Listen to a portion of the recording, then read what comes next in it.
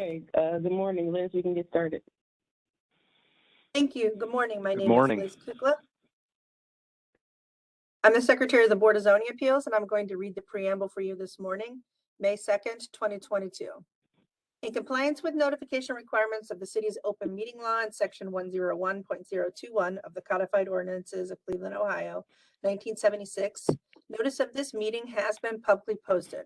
All boards and commissions under the purview of the City Planning Department conducts its meetings according to Robert's Rules of Order. Actions during the meeting will be taken by voice vote. Abstentions from any vote due to a conflict of interest should be stated for the record prior to the taking of any vote. In order to ensure that everyone participating in the meeting have the opportunity to be heard, we ask that you use the raise hand feature before asking a question or making a comment.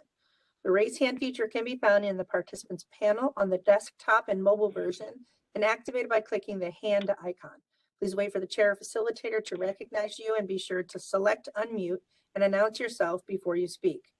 When finished speaking, please lower your hand by clicking on the raise hand icon again and mute your microphone. We will also be utilizing the chat feature to communicate with participants. The chat feature can be activated by clicking the chat button located on the bottom of the WebEx screen. Please note that call-in users can unmute by using *6. All meeting activity is being recorded via the WebEx platform. These proceedings are also being live streamed via YouTube for public view. We've also provided a link to the meeting for those who wish to speak in a particular case via our website and email. All requests to speak on a particular matter have been considered. We have also received emails from those who have provided written comments on a particular matter. Back to you, Madam Chair. Thank you. Go ahead and call the roll, please. Thank you. Ms. Barnes? Ms. Barnes here. Ms. Brown? Present. Ms. Bate? Present. Ms. Britt? Here. Madam Chair, we have a quorum. Thank you. And we have one postponement this morning that is on the screen before you. That's calendar 22-051 regarding 4720 and 4820 Brook Park Road. The appellant has asked for postponement. Just to double back a little bit, this is regarding Brook Park Auto Auction Corp. Proposing to erect approximately 600 linear feet of 10 feet tall battery charged fence on a parcel located in a semi-industry district. The appellant is still working on creating the presentation and preparing themselves for the meeting, and they need some more time. Okay, without objection, board? Without objection. And so Without objection. Sorry about that. Objection. So June 6th would work for us, Madam Chair, if that works for you. That's fine. All right, thank you. Madam Chair, Maurice Rollins, just wanted to point out that we have, first we have Councilman Polensek, and then Councilman Griffin was second for signing on. And I don't see anybody else. Okay, Ms. Faith, we'll start with Councilman Polensek. Right, I saw that too. So here we go with, as a courtesy to council members, we take their cases first when they are present. Mr. Polensek was first today, so we are starting with calendar number 22-046. This is at 15638 Holmes Avenue.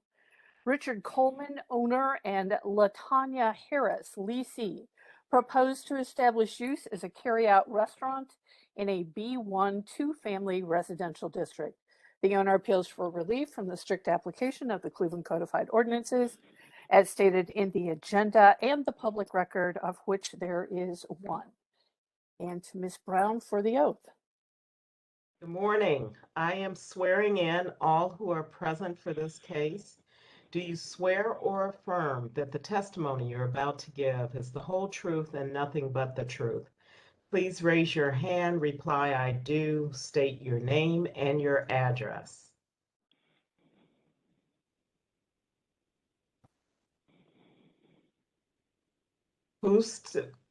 Anyone speaking for this case, please state your name, address, and swear yourself in. I apologize. I'm trying to raise my hand and speak. LaTanya Harris. We hear you now. Okay, 716 East 155 Street, Cleveland, Ohio.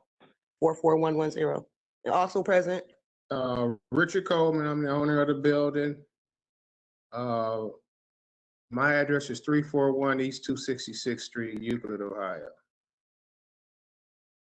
Councilman Plancic's office, Mary Louise Daly. I so swear if we send in a support letter as well. And we got Madam that. Chair, Thank you. History of the property, please. Thank you, Madam Chair. There has been no change in the zoning since 1929. In our Records Administration Office, I found a permit was issued in 1917 to erect a garage.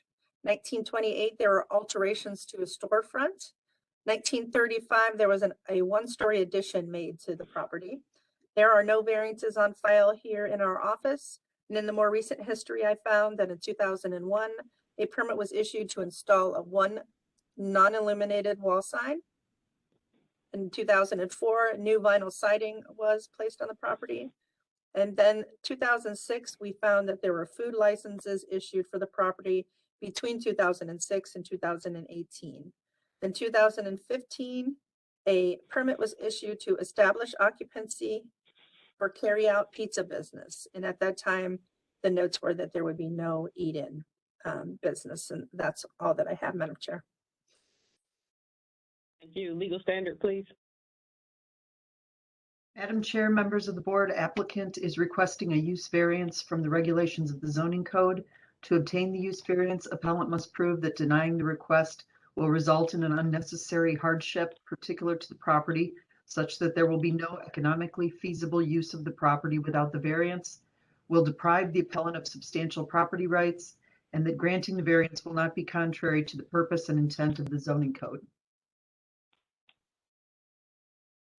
Thank you. I'm assuming Ms. Harris, you will be the spokesperson for this case? yes. Okay, go ahead. Tell us what you'd like to do.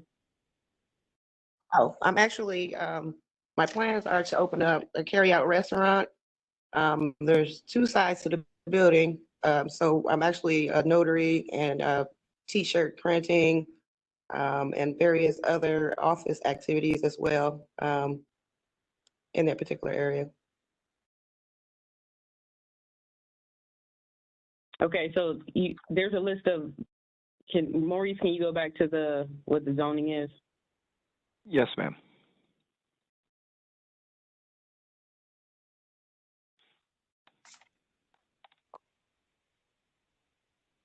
Okay, carry out. So you're going to make this a restaurant and you're going to do other things on different sides of the building? Yes. Okay, can you just explain more detail, like what you want to do, what your hours of operation will be, so we'll have an understanding of exactly what you want to put here. Okay, I basically wanted to open a minority-based product and service venue, just to utilize the current demographic.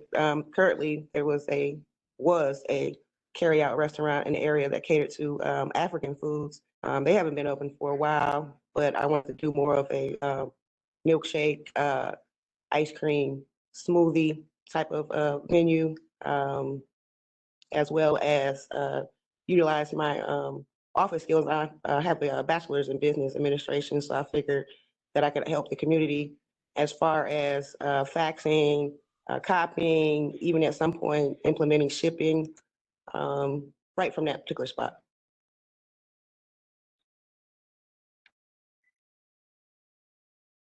So is that what you're doing right now, or are you starting off with the carry-out restaurant first? I'm actually going to start off with the carry-out restaurant first and actually get all the equipment that I need to get the rest of the business going. Okay, and then what will the hours of operation and days? I was going to do Monday through Saturday, 8 in the morning to 9 o'clock p.m. So 8 a.m. to 9 p.m., is that what you said? Yes.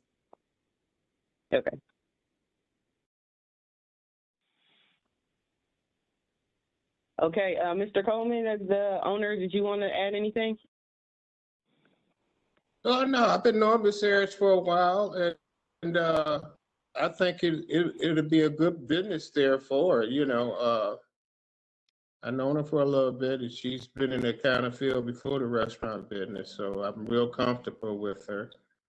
I'd rather have that. There's nothing on that area right there in that neighborhood. Years ago, I used to have a candy store there, and it went pretty good. But I think I'm all for her with it, and I have no problem with it. Okay, thank you. Councilman Polensik office, Mary Louise? Yes.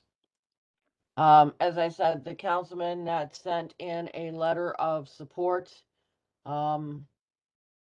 You know, and I think most of what he had asked for has been answered, specifically for the hours of operation. And as long as the business, and we asked this for any of the businesses in that area, don't impede upon the property rights of the residents. And because it's right near St. Mary's Church and the like, you know, he's supportive of it.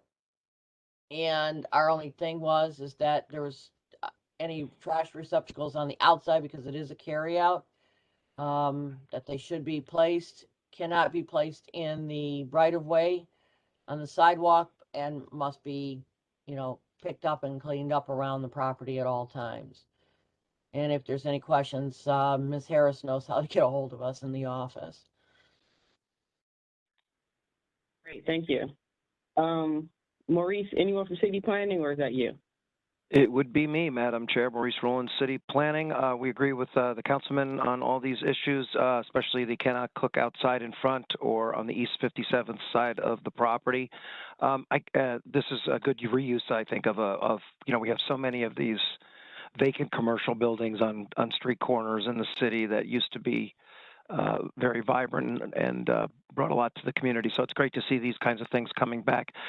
So we are supportive of it. I guess I'm a little bit confused as to what we're actually approving, because it sounds like the applicant wants to do multiple things. So what are we actually granting a variance for? Is it just the restaurant at this point? Yeah, that's why I asked, was she gonna do the carry out first and then maybe work on that other stuff later? Because I agreed when I first heard that she was talking about multiple businesses, so we needed to be clear that she's working on the carry out restaurant right now. So is that correct, Ms. Harris? Right. Yes, that is.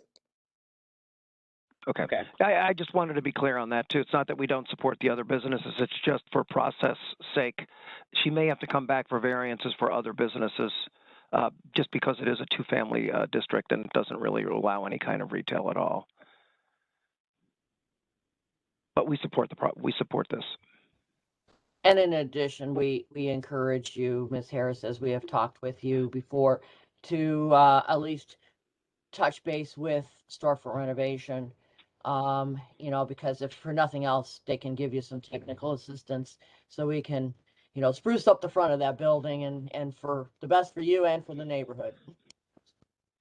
Thanks for reminding me of that one. I would agree with that wholeheartedly. The storefront renovation program can really be a great assistance. Great assistance.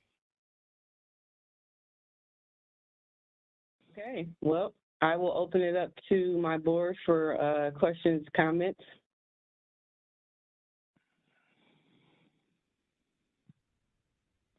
Hearing none. Madam Chair, I did have a couple of questions to Ms. Harris. Okay. I'm curious to know which side. It looks like there's a central entrance and then two sides to the business space. I'm curious to know which side she intends to use for the carryout business and which side she intends to use for the other business, which isn't before us today, but would just like clarification on that. And Mary Louise from the councilman's office touched on an important point, which are the trash receptacles. So I'm also curious to know how many trash receptacles she plans to place outside and where she intends to locate them. All right, well, okay, was that question directed toward me? Yes, Latanya Ms. here? Harris, yes, thank you. Okay. Well, if you look at the building from the picture that was shown, the left would be an open side, and the right side is actually the kitchen. Trash receptacles can be placed. There's actually a waiting area once you go in to the right side, where a smaller trash receptacle could be placed. And in the back, there's a gated area where a small, larger receptacle could be placed. Okay. And will you place one outside as well? Yes. Okay, great. I'm guessing you may want to put some cafe tables or something out front, in the warmer weather. So just sort of thinking ahead of that. Great. Mm-hmm. Okay. Madam Chair. Madam Chair, this is Liz. Regarding that dumpster issue, we are not approving the location of that today. We should note that that would be a separate application. There are specific requirements for screening and such for a dumpster. So we would want the appellant to know that when she's ready, she should apply for a permit for her dumpster.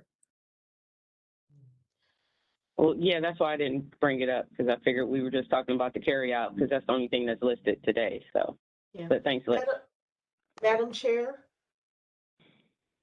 Yes, Ms. Brown? I'd like to ask Mr. Coleman, are the apartment units occupied? Yeah, one is occupied, but her lease is up in June. And I'm not going to be renewing it right now. But it is your intention to keep both of them occupied when you're able to? Is that correct? Yeah, yes. I got to do a rehaul of the upstairs, update the kitchen and bathroom up there. So yes, I would, re-rent it out, lease it back out. Okay, thank you. In the future. That's it, Madam Chair. Thank you.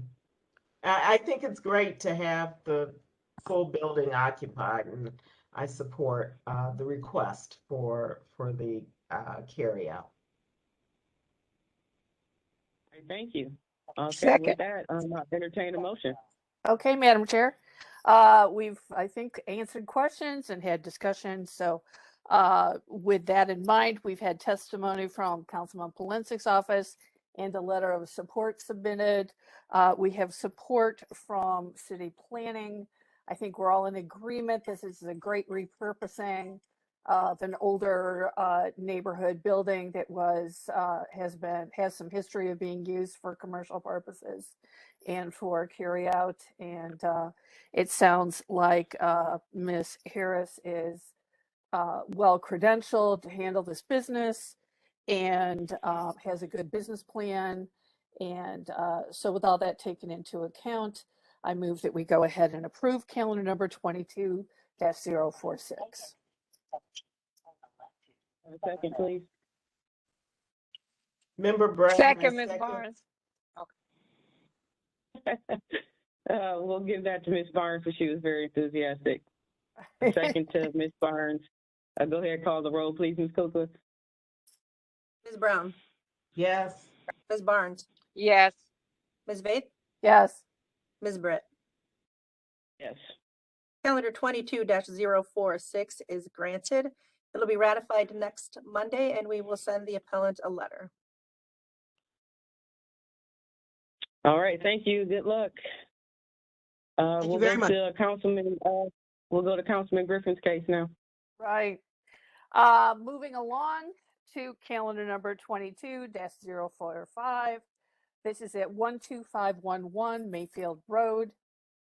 Matthew Weimer, owner, proposes to erect a 5-story mixed-use building with a bar tavern space on the first floor and 7 residential units above in a C2 general retail business district.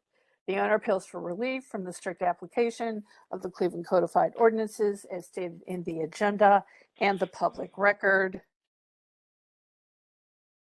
of which there are 7. Of note, number 7, section number 341.02, which states that Cleveland Landmarks Commission approval is required. To Ms. Brown for the oath. I'm swearing in all who are present for this case. Do you swear or affirm that the testimony you're about to give is the whole truth and nothing but the truth? Please raise your hand, reply, I do. State your name and your address, please. I do. Matthew Weimer, 12654 Mayfield Road, Cleveland Heights, Ohio, 44106. Robert. Go ahead. I do. Robert Maschke, 6421 Detroit Avenue, Cleveland, Ohio. I do. Jack Bialowski, 6555 Carnegie Avenue, Cleveland, Ohio. I do. Mary Jane Tomaselli. I'm the property owner on 124th, 1975. I do. Donald Pettit, 601 Lakeside Avenue. I do. Ray Christosic. I do. Go ahead, Councilman. I do. Griffin, 11810 Larchmere Boulevard. I do. Ray Christosic, Director of Little Italy Redevelopment, 12010 Mayfield Road.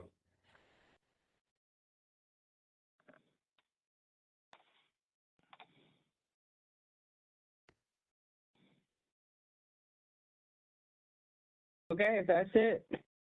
History of the property, please. Thank you, Madam Chair. There has been no change in the zoning since 1929. In our Records Administration Office, I found that in 1903, a permit was issued to erect a shop addition. 1929, a permit was issued to erect a fence. 1967, a permit was issued to remodel restaurant and a 3-dwelling unit. There are no variances on file for this address.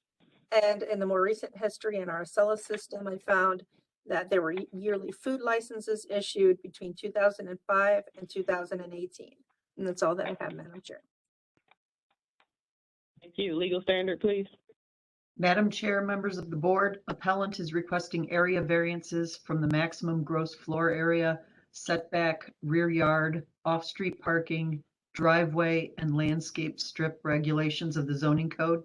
To obtain the area variances, appellant must prove that denying the request will create a practical difficulty not generally shared by other land or buildings in the same district, will deprive the applicant of substantial property rights, and that granting the variances will not be contrary to the purpose and intent of the zoning code. All right, thank you. Who's going to be the spokesperson for this case? Madam Chair, just wanted to make a quick note. I know the councilman did put it in the chat that he has to maybe leave early. Did you want to just get his testimony now? Yeah, Councilman, are you okay with that, or do you have a little more time? No, actually, thank you so much, Madam Chair. If you'd allow me that opportunity, I do support this. So I just wanted to make sure I registered my support. This has gone through a rigorous community engagement process. It has also been supported by the local design review team. There are a couple of residents that have registered some concerns, but I believe that some of the things and the measures that the residents have asked to for this developer to make, they have made them. So due to the accommodations and due to the support that I believe that I have also gotten from the community, I do support this project. Thank you. All right, thank you, Councilman. Okay, who will be the spokesperson for this case? I will, as well as Robert Maschke and Jack Bialowski. Who just said I will? Matthew Weimer. Okay. All right, Mr. Weimer, go ahead. Thank you very much. Our intent here with this project is to replace the existing building that for a long time was the home of the Primo Vino restaurant. The restaurant when it was open, existed on the basement level. There has really been no use on the first floor or second floor level for decades prior to the restaurant being open for business. Unfortunately, the building rather, has decayed significantly over time because of its construction. There's serious structural issues. So again, our intent is to replace this building and in a new building, create active retail space on the ground floor and 7 residences above it. We are also proposing subgrade parking that would be accessed off of East 124th Street, as well as guest parking accessed off of East 126th. And this was an intentional design decision that we made in an effort to mitigate traffic issues that exist in the neighborhood. East 126th Street is a 2-way dead-end street. It ends just beyond what's shown here on this site plan and dead ends at Lakeview Cemetery. Because it's a one-way street, residents and their guests, as well as delivery trucks, garbage, etc., have to turn around to come back. So it creates a major traffic congestion issue. And again, that's why we are relegating all resident access to be parking onto 124th Place, which is a one-way street, but a through street that comes around to Alexander, then 123rd and back up to Mayfield Road.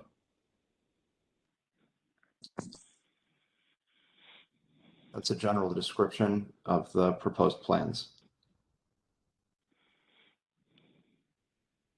Okay, thank you. Can you or someone on the project team just quickly go through what variances you need? Sure. There are a series of multiple variances. First one, 355.04 in C area district, maximum gross floor area cannot exceed 1/2 of the lot size. 3,000. Okay, who's speaking right? I'm sorry, but who's speaking right now? This is Jack Bialowski. I'm sorry. Okay, Mr. Bialowski. Okay, go ahead.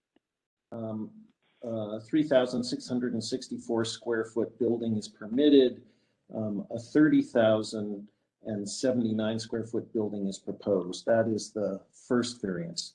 The second variance is a specific 10-foot setback established from Mayfield Road, and a 3'1" setback is proposed.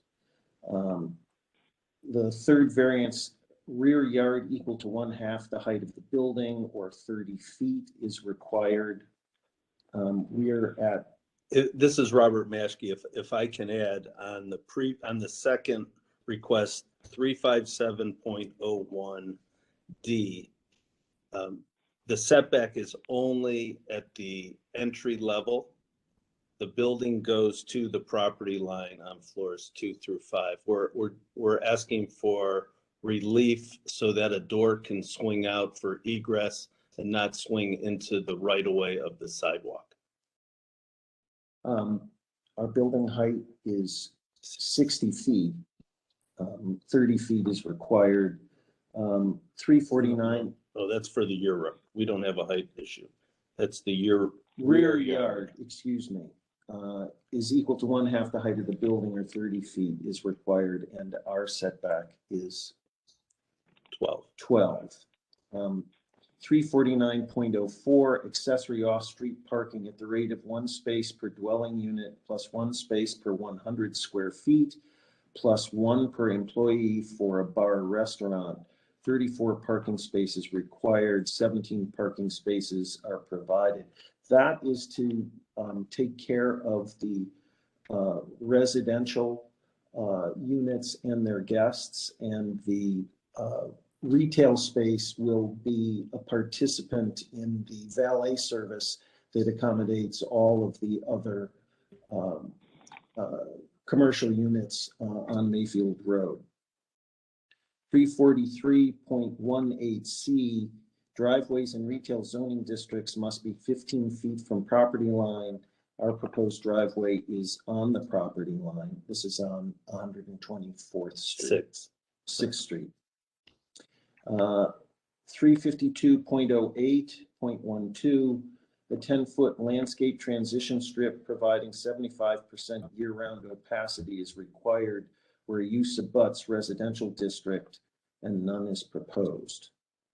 We're proposing a landscaped wall. 341.02, approval of Cleveland Landmarks Commission is required, and we have received that. In fact, the project has gone through, as Councilman Griffith indicated, a very rigorous community process, including 2 meetings with the Little Italy Development Corporation and a public hearing as well, which was well attended by the neighbors and which resulted in significant support for the project and ultimately in the approval of landmarks.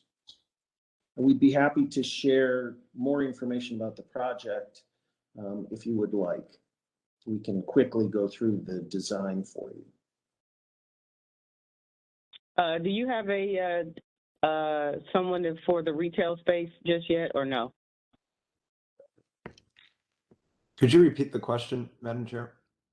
Yeah. Do you have a tenant ready for the retail space yet, or no? Not signed to a lease. Okay. But the one thing to keep in mind, the retail space is a condominium. So all the units in the building, 8 total, 7 residential and 1 retail, are all going to be owner occupied. Okay. I was just wondering if you had someone yet. Okay. I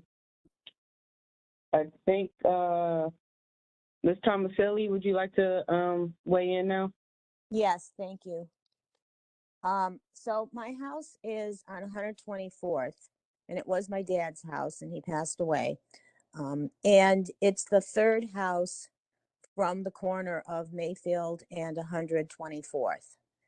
So I'm just going to give you my concerns. And honestly, I was not aware of a public hearing. I wish I would have known about that because I would have been there.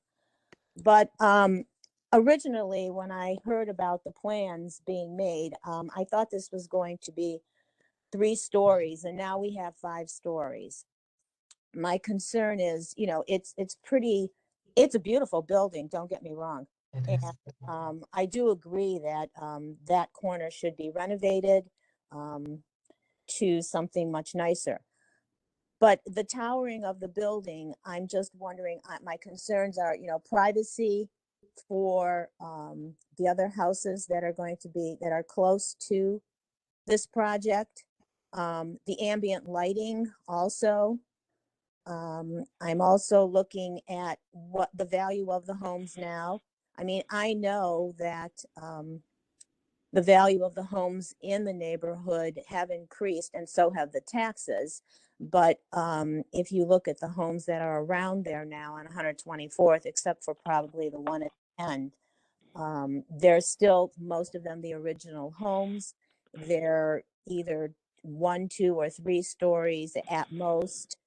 And so I'm concerned about the privacy for the surrounding houses on that street. I'm concerned about the noise level. You know, are you going to have an outdoor patio? I'm not sure for the bar or the restaurant. Also, you said that, you know, because 126 is a dead end. So does that mean that all of the delivery services and trash pickup, is that going to be on 124th? Because that street is very, very narrow. And most of the time, cars have to park somewhat on the sidewalks because it's so narrow. And that's one of my concerns about the street, and also the amount of traffic now that's going to be going down that street. Let's see, what else? So you're thinking of 17 parking spaces, 7 spaces for the residents. And then you mentioned something about guests and their guests. So are they going to be allotted 1 parking space per condominium? I'm not sure. And then, so that leaves you with 10 spaces for what, the bar and the restaurant and the employee.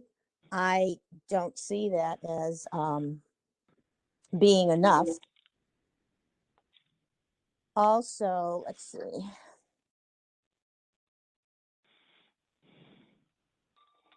You know, you're going from 3,664 square feet to 30,000 feet.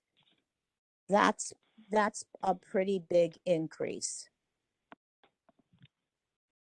And I'm concerned about also, where are these garages? Because I'll be honest, I cannot see this plan very well on my from what I'm looking at. It's very faint. Are the residential garages going to be off of East 124th? But how? I mean, are you taking up the whole? Are you taking up the whole corner of 124th to 126? So it's a single garage that's underground. Yeah, please announce who you are when you answer. I'm sorry, could you repeat that? Yeah, Mr. Weimer, just when you, on these hearings, you just have to say who you are before you start speaking. My apologies. The court reporter. Yes. Understood. Matthew Weimer. Okay, go ahead. Thank you. So the design, as you see here, is 1 single garage that is underground. It's accessed from East 124th Place. There's no structure that will be up to the street. If you can see on this drawing here on the screen, there appears to be a series of sort of grayed out rectangles going west to east. Thank you. And an arrow pointing, yep, exactly. I see that. So that's the entry drive. Mm-hmm. And then where you see sort of a double line representing a wall, there will be a garage door there that residents would pull through. And once on the other side, they will be, it's 1 floor below this. There we are. Thank you. So the garage door does not face 124th. The garage door faces the residence home. The garage door faces East 124th Place.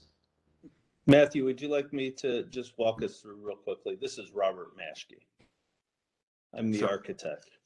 So when you come off of 124th Street, right, there are only 7 residential units that have access to this underground garage. Okay. So the parking for them is contained, as is their garbage. So any garbage throughout the week will be contained through inside the garage. It'll be rolled out for pickup, and then the bins will be returned back into the building. So go ahead. Yeah, I'll just walk you through, and then if you have any questions. The garage is set back. There'll be a heated driveway so that for snow removal purposes, there won't be any. So we won't have to worry about any excess snow removal onto other parts of anybody's property. And then on the north end of that driveway, you could see a green area. That green area is a green buffer from the house just north of us. Unfortunately, the whole front yard of that house is concrete. We're trying to soften up the neighborhood and provide some greenery into the neighborhood. So we're creating some greenery and an entry off of 124th. But there will not be, this is not going to be a heavily trafficked street because there's few people living in the building.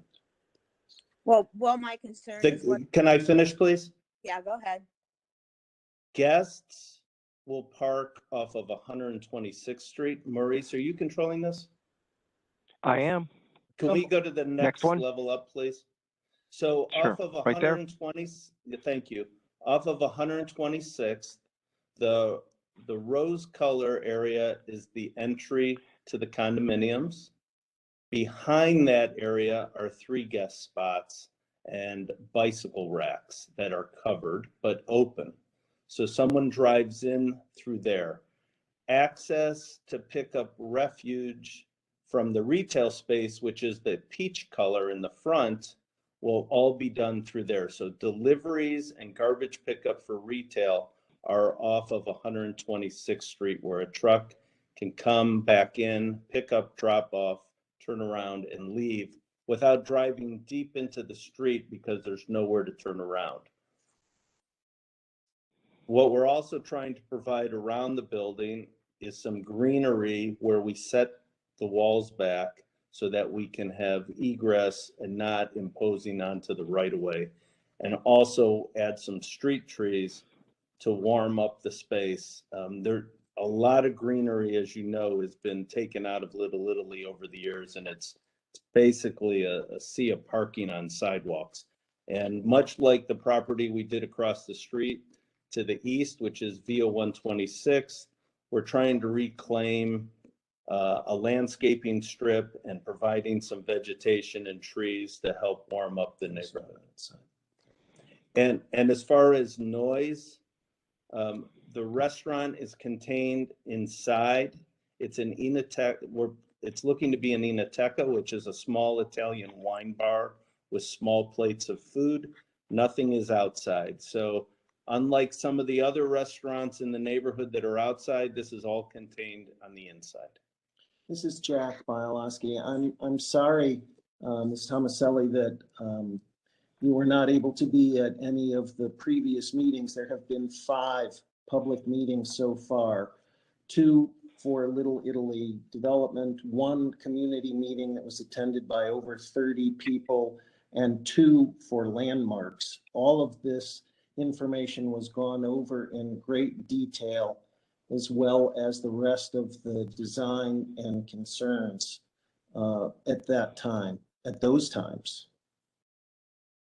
Yeah, I'm sorry too, because I did not know about any of that. But I'm glad that you're for this with me right now, because now I understand it much better. And you believe that the sewer capability, there won't be any problems with sewers, anything like that. I'm worried about, putting in a building and hopefully none of the basements are going to flood because of this. That was another concern of mine with the water pressure. Yeah. Again, this is Jack Bialowski. We know that the building is well served by existing utilities. There is a basement in this building already. So we're not excavating any deeper than what is there at present. Those conditions, and in point of fact, the removal of the existing building and the placement of new foundations and foundation drainage, if anything, should be helpful to any circumstances regarding drainage in this area. Okay. And okay, Ms. Tomaselli, yes. Tomaselli, I'm sure you have a lot of concerns. It was unfortunate that you weren't able to make any of the meetings, but we can't rehash the whole community meeting here at BZA today. So a few of those have gone through the parking issues, and I think that's definitely a zoning issue that they have presented here today. So we have some other people that need to talk right now, so I'm gonna go to them. The next one will be Ray Christosic. So if you do have any further questions about what happened at the meetings, I'm pretty sure he'll be more than welcome to talk to you about it. So Ray. Good morning, Madam Chairman. Ray Christosic, Little Italy Redevelopment Corporation. As was said already, our design review committee reviewed the project on several occasions. over the past 6 to 8 months. We had a community meeting in late January, well attended, and the comments were overwhelmingly favorable to the project. Our design review committee approved the project in early February and landmarks in late February. We like the project for a couple of reasons. One, it increases home ownership in the area because all the units being for sale. It's bringing back a business to the street level, which we've always said street level in Lillette's is important and needs to be activated. And this, I think, will activate it in that location. We will work with whoever's the tenant in the restaurant to get them in the valet program that works on Mayfield Road. But we won't know that answer until there's an actual tenant, but we will work with that tenant. So the design review committee did approve the design. I just want to, Madam Chairwoman, I did forward a few emails to Liz. I hope she got them from yesterday, from residents on 126. So just wanted to make sure that we did get those in there. Thank you for your time. Thank you. Okay, so Liz, we got a couple of letters from Mr. Krastosik. Yes, actually, there's one on the screen right now. Okay. And that's okay. And then I have another one from Nicholas. I'm not sure if I see his last name. It's a pretty long email. Sounds like he has similar objections as Ms. Tomaselli. I mean, so Madam Chair, it's up to you if you'd like me to read it. Yeah, not the whole thing. Can you just pull out what, which I'm sure is probably, parking and a lot of things that Ms. Tomaselli is probably concerned about with parking and deliveries and where trash is going to go and that kind of stuff. So, well, this is Mary Jane Tomaselli. I'm also concerned about the height of the building. That's one of my main concerns. The height. Okay, Thank you. So yeah, go ahead, Liz.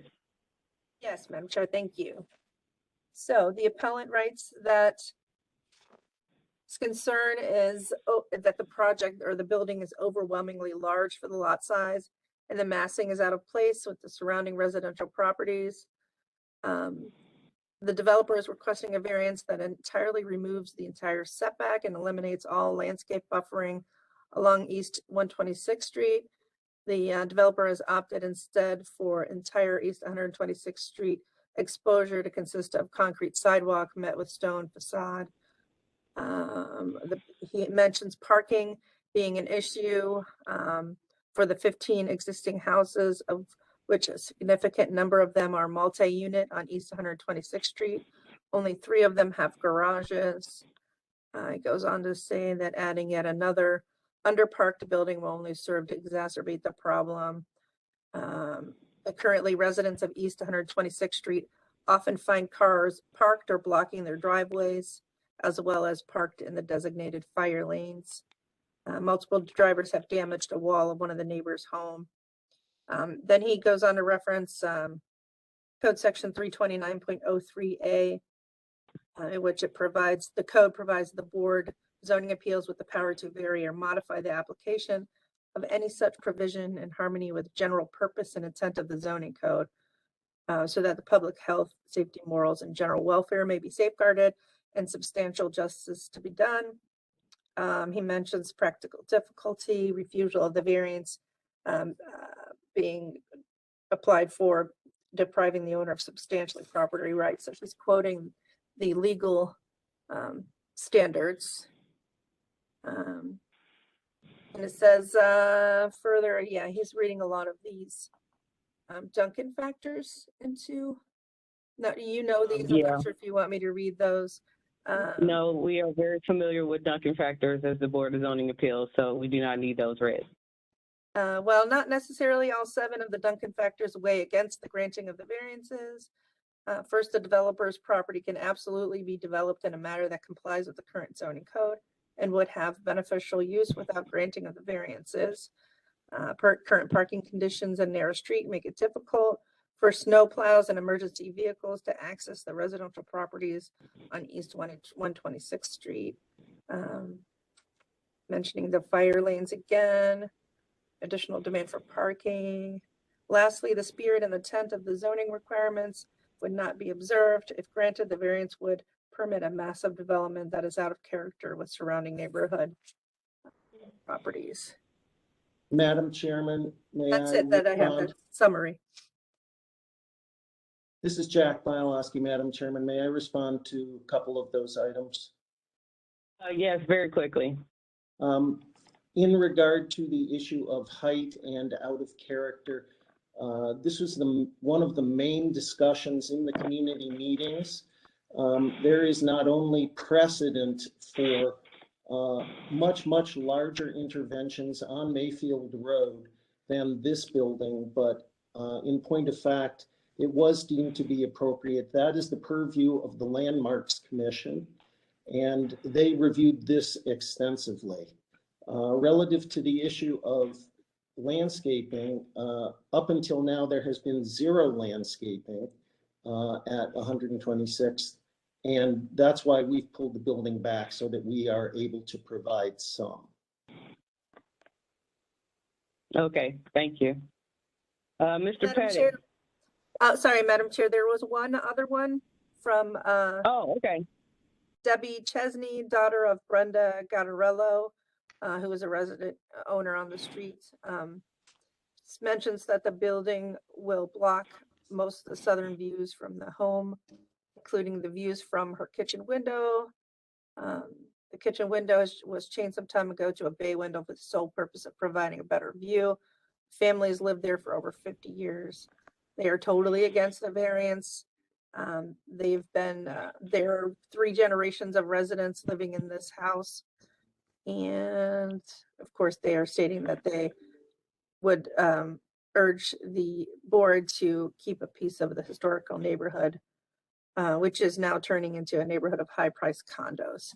And Madam Chair, just going back to Nicholas, he did submit some photos that I sent over to Maurice. If you would like to see those, I think he has them in his email that he could pop open, but just for the record, he did submit some photos. And those are the 2 that I have, Madam Chair. And I believe Maurice put those up earlier while you were talking. So we do have those, and we have all those for the record. Okay, go ahead, Mr. Pettit. Thank you, Madam Chair. Don Pettit, Secretary of the Cleveland Landmarks Commission. We saw this project conceptually on January 13th of this year. On February 24th, the Commission reviewed it for final approval. The Commission approved a certificate of appropriateness for the demolition of the existing building with the condition that the owner reclaim the existing stone for future use. The Commission also approved a certificate of appropriateness for the new construction. It was not unanimous. The vote was 5-3 in favor. And the condition was that final materials would be submitted to staff with consideration for cleft travertine as the main facade material. This was not adjudicated for zoning until after the Commission took final action, so we were not aware of all the required variances in this case, with a couple of exceptions, those being the lot area size and the parking, and we were informed that the parking for the Enoteca would be addressed through the Little Italy Valet program. So the Commission approved the project, and although there was some disagreement on the Commission, we do support the project, but we will have to defer to the board regarding the variances. Thank you. Thank you, Mr. Pettit. Okay, Maurice, anyone from city planning, or is it just you? No, it would be Don Pettit, who is representing the City Planning Commission today with his opinion. The Landmarks Commission supported this project, right? Okay. All right. I That's do have everyone on my list. Madam Chair, let me make one comment with Okay. respect to the front yard setback variance. As you know, the board is very limited in its powers to grant those. Yes. However, reading the exceptions that are allowed from the board, there are only 2 parcels on this very short, kind of unique block, and basically it says that as long as the encroachment does not extend beyond the average encroachment of adjoining buildings on the block, which it doesn't. So we believe that the board does have the authority to grant that variance. Thank you. Thank you for addressing that. My favorite front yard setbacks. I know it is. Yes. So I'm going to open it up now to my board for any questions or comments. Actually, on that very topic about the front setback, you know, that block along Mayfield is set back as well. And so to the architects, I'm interested in at 126th Street, what is the depth of the right-of-way? I want to just understand how close this all is to the actual curb. You see what I mean? It's a little offset there. So this is Robert Maschke. 126 is a two-way street. I'm not quite sure of the exact dimension of the sidewalk on the west side of 126, but it's somewhere between 6 and 8 feet wide. And that's where we get to the property line. We then only set back the retail level of 126th and Mayfield Road just over 3 feet in. And the rationale, Maurice, if you can go to the first floor plan, please.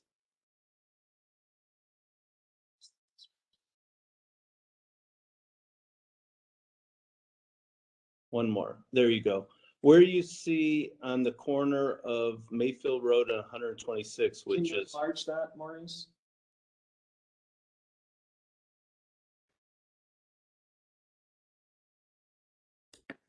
yes. So we've only set back the building at that part so that the doors swinging out, one from the stairwell and the door from the retail on Mayfield, do not swing into the right of way. And then it also allows us an opportunity to put in low plantings at the sidewalk, but on the property of Casa de Angelo, not in the right of way, to warm the street up with some plantings. Right now, everything is concrete.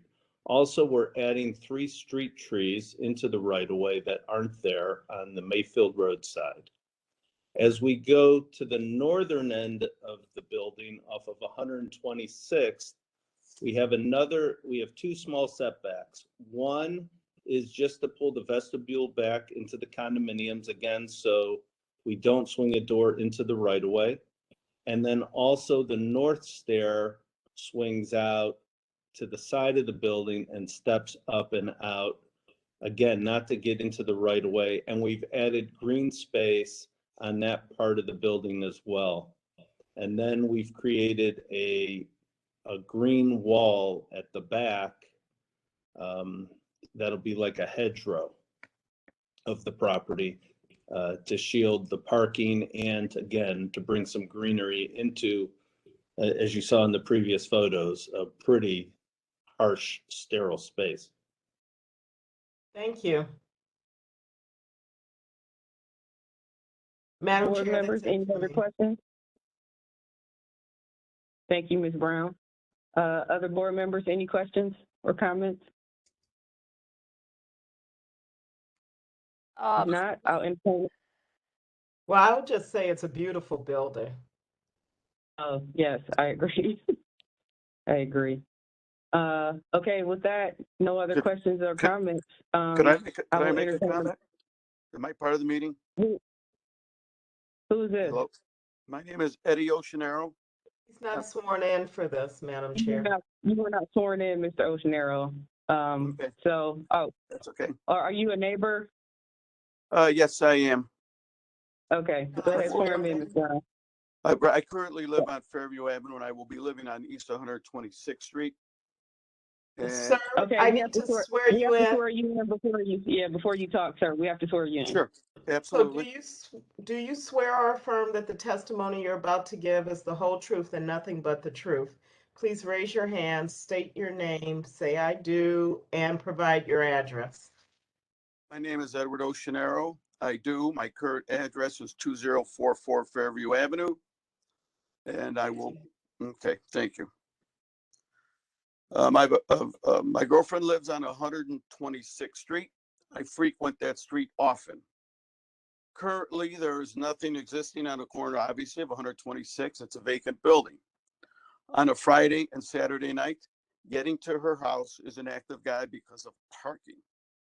I cannot overemphasize the parking issue and the challenges that this project currently is going to hold for the residents of that street. She is the last street on the block, that last house on the block, correct, I'm sorry. And there is a constant turnaround in her driveway currently from people going to restaurants and venues in Little Italy.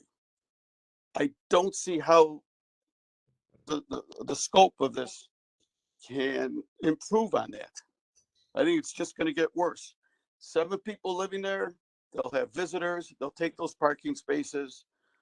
There's no way on earth you could tell me that the little wine bar, whatever, is going to have enough parking.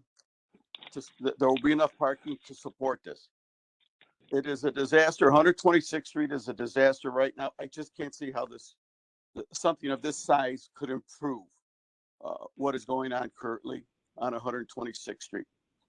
Those residents have their back up against the wall right now, as it is, with nothing occupying that space. If they could convince me otherwise, I would approve. I just cannot see it happen. Basically, that's Thank you, that's all I Oceanero. have to say. The scope and the parking issue right now is a huge issue. I just do not see it improving.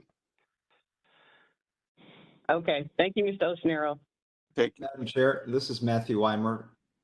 May I respond to just a few of the points Mr. Oceanero just Very made? quickly, we have a full agenda, so very quickly. Thank you, I understand. Thanks, Eddie. I understand the concern 100%. I know what you're referencing with respect to the cars that are parking on the sidewalks and in front or damaged a resident's wall. That's the result of the current valet company parking cars there.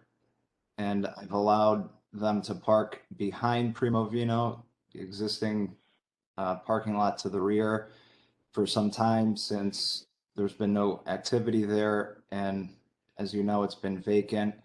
And I think that's kind of just blown out of proportion with the number of people coming down after, the shutdown with COVID.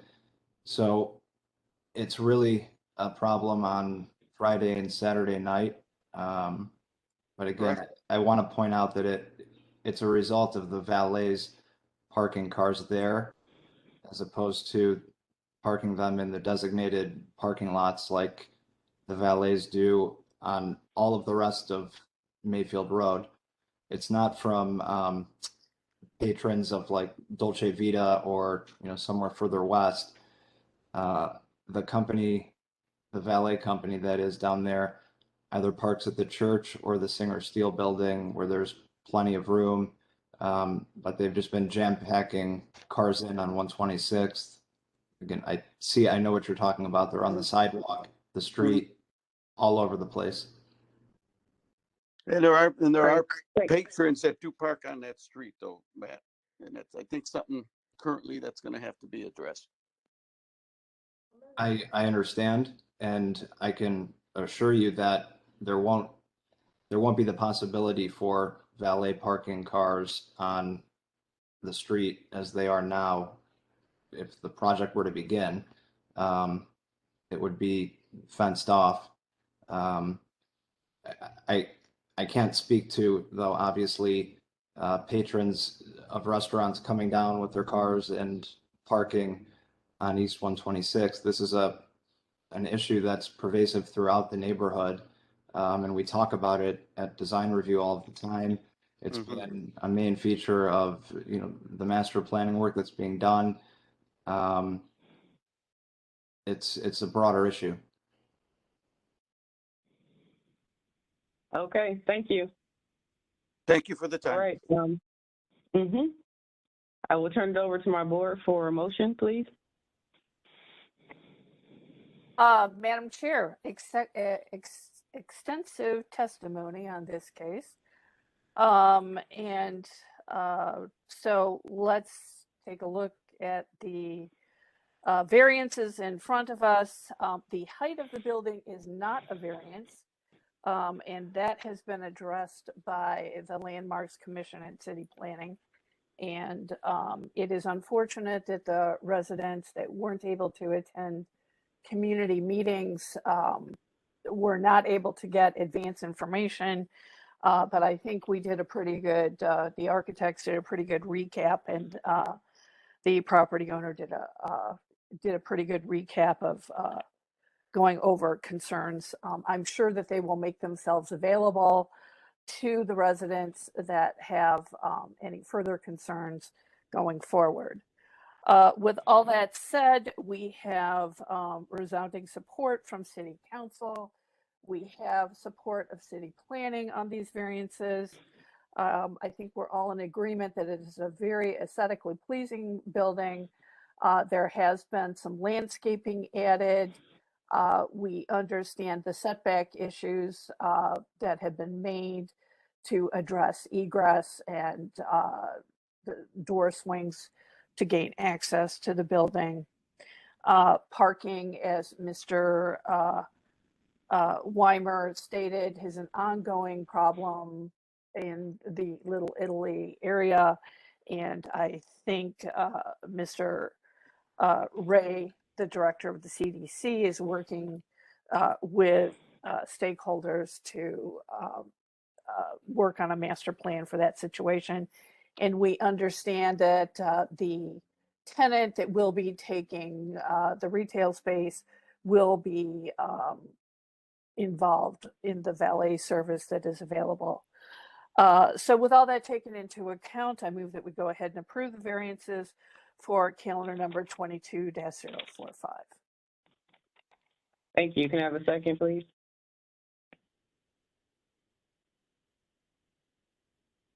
Second, Ms. Barnes. Barnes with the second. Go ahead, call the roll, Ms. Kukla. Thank you, Madam Chair. And this is with the understanding that number 7 is not being granted today regarding Cleveland Landmarks Commission. That is correct. Ms. Brown. Yes. Ms. Barnes. Yes. Ms. Vaith. Yes. Ms. Britt. Yes. Calendar 22-045 is granted. It'll be ratified on next Monday, and we will send the appellant a letter. Thank you. Thank you very much. Thank you. Thank you. Good luck to you. We look forward to seeing this coming to fruition. Likewise. Thank you very much. Thank you. All right, Madam Chair, looping back to our agenda. Going back to calendar number 22-041. Thank you, Mr. Ruland. This is at 1453 West 116th Street. Christian Ryman Schneider, owner, proposes to convert a 4-suite apartment building to a 2 fee simple dwellings and a split use of a 2-car garage in a B1 2-family residential district. The owner appeals for relief from the strict application of the Cleveland Codified Ordinances as stated in the agenda and the public record, and to Ms. Brown for the oath. I'm swearing in all who are present for this case. Do you swear or affirm that the testimony you're about to give is the whole truth and nothing but the truth? Please raise your hand, reply I do, state your name and your address, please.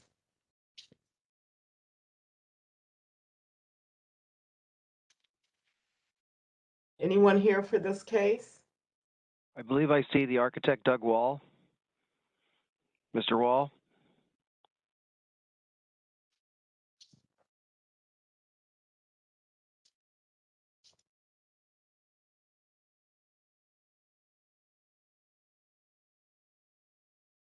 Can you tell Wall, him you're how muted. to unmute? I don't even see any movement. I see the corner of his head. Sir, just hit the unmute button at the bottom of your screen.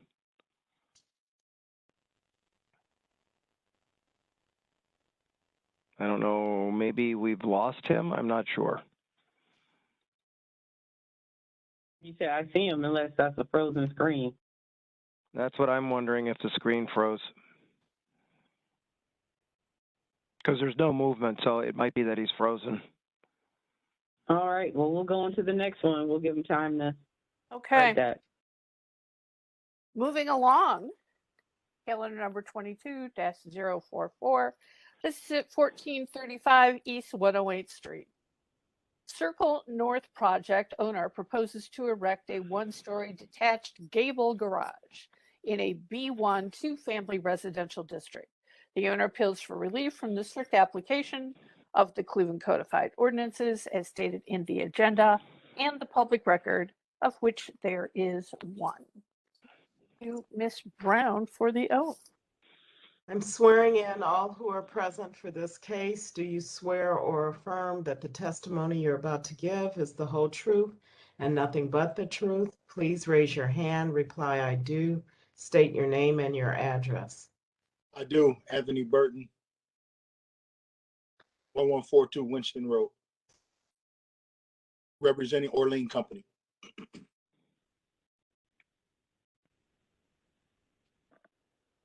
Anyone else? I don't believe so. Okay, Madam Chair. Madam Chair, it does look like we have Mr. Wall back again, but we can come back to him next. We'll come back to him. Okay, history of the property, please. Thank you, Madam Chair. There's been no change in the zoning since 1929. I'm going to summarize the most important information on this property. There's a permit issued in 1906 to erect the dwelling. And then in 2011, a permit was issued to demolish a 2.5-story frame, 2-dwelling unit and garage. And that's all that I have, Madam Chair. 1906 was pertinent to the case today. I thought it was kind of neat. Yeah, no, I'm just kidding. Okay, legal standard, please.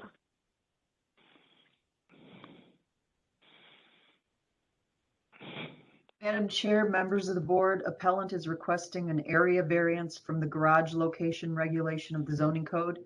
To obtain the area variance, appellant must prove that denying the request will create a practical difficulty not generally shared by other land or buildings in the same district, will deprive the appellant of substantial property rights, and that granting the variance will not be contrary to the purpose and intent of the zoning code. Thank you. And Liz, do we have a letter from the owner about Mr. Burton representing them? No, I don't see it in here.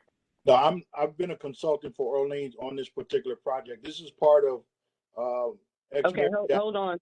Okay, Mr. Burton, hold on. So what happens is if you're representing an owner, you need to have send us a letter to letting us know that, so we can still hear your case, but we just won't be able to ratify any decisions until we get that letter. So go ahead and present the case. So this particular project is a single family scatter site project where Orlean Company was awarded from the RFP from ex-mayor Frank Jackson's initiative over in the Glenville neighborhood. And we were awarded 26 lots. This particular unit we've been actually trying to build for around a year, but we got caught up in the COVID restrictions and material costs and things of that nature. So now at the point where we can construct this particular property, and our variance is just for the garage. I think the street setback was originally, I think your code calls for 18 feet off the curb, and we're at 16.22. I even hate that you have to be here for that. I'm sorry, I didn't. We've been in front of zoning before, and I never had a letter before, so I didn't get a letter to represent. Yeah, it sounds like, Liz, is this a city-owned land now, and they're just because it doesn't seem like this is like an individual owner. No, this is all city-owned land. Okay, so this is a city project. Well, if that's the case, you won't need that, but right there, Madam Chair, you can see right there on the plan, it says sublot 34 Cleveland Reutilization Program, which is City of Cleveland Land Bank. Okay, yeah, we don't need that then. You don't need my letter? Nope, it's not a private owner, so we don't need that now. Okay. Okay, yeah, this case is, I hate we even have to take time for these kind of cases, but I'm just going to get on the record, city planning. What's your thoughts? Of course, yes, City Planning, Maurice Rulins, the City Planning Commission has worked extensively with this project, and this is a very small variance. As you can see, they have pushed the garage to the side of the property as much as they possibly can, and so we support this variance. All right, great. I'm going to assume. Sorry, Madam Chair. What street does the garage front on? I can't see from the angle. Lee Avenue, I believe. Correct. It'll front on Lee Avenue. I thank you. There it is. Sorry, pulled it down for you.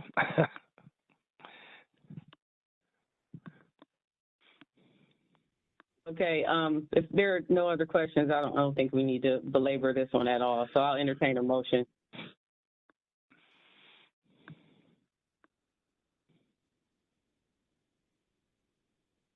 Okay, Madam Chair, I move that the board approve calendar number 22-044 to build a garage for a single-family detached home in keeping with the need to be able to sell this home. How about that? All right. Well done, Ms. Brown. Yeah. I'm not sure what else I was supposed to add. I'm giving it a good try, though. You don't need to add anything. This is so simple. You don't need to add anything to it. Can I have a second, please? Second. Second from Ms. Faith. Go ahead, call the roll, Ms. Kuzma. Ms. Barnes? Ms. Barnes, yes. Ms. Faith? Yes. Ms. Brown? Ms. Brown, yes. Ms. Britt? Yes.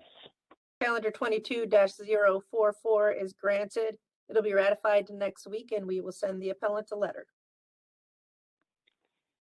All right, thank you. Thank you. All right, we're going to circle back to 22-041. Okay. Circling back. Again, calendar number 22-041. This is 1453 West 116th Street. I read this into the record already, so we should be good to go. Okay, We just need the oath. Swearing in whomever is present for this case. Do you swear or affirm that the testimony you're about to give is the whole truth and nothing but the truth? Please raise your hand, reply, I do, state your name and your address. I do. My name is Douglas Wall, Visio Architects. My address is 5216 Herman Avenue, Cleveland 44102.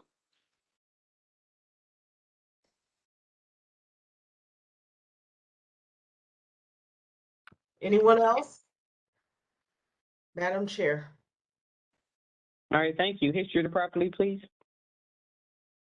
Thank you, Madam Chair. The property was originally zoned apartment house in 1929. 1969, it was changed to two-family residential. In our records room, we found that in 1907, a permit was issued to erect a two-story tenement. And then, Madam Chair, in our office here, we found that there was a calendar granted in BZA 19244, in which the appellant asked to erect a 35 by 20 foot concrete garage pad only for the future 4-car reverse gable garage, conditioned upon access agreement being created between the two parcels in his ownership. And then in the more recent history in our Acela system, I only found that there were interior alterations to repair smoke damage in 2005. That's all that I have, Madam Chair. Thank you. Legal standard, please. Madam Chair, members of the board, appellant is requesting area variances from the minimum lot area, minimum lot width, yard and driveway regulations of the zoning code.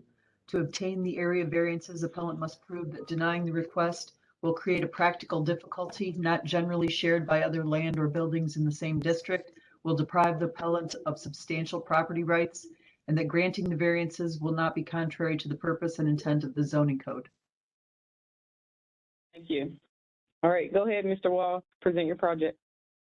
All right. So this is has been a 4-suite, 2-story building. And my client wants to convert it to a 2-family fee simple duplex.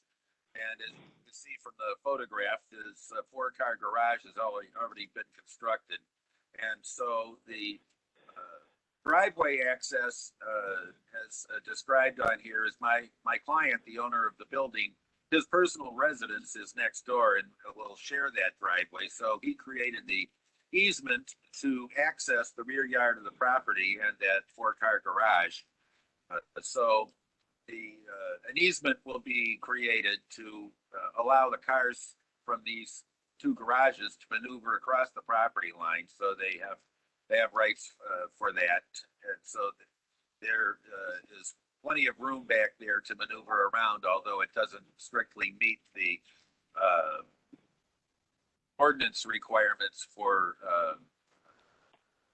car maneuverability on your own property. As you can see, there's at least 26 feet, I believe it is, between the garage and the rear porches.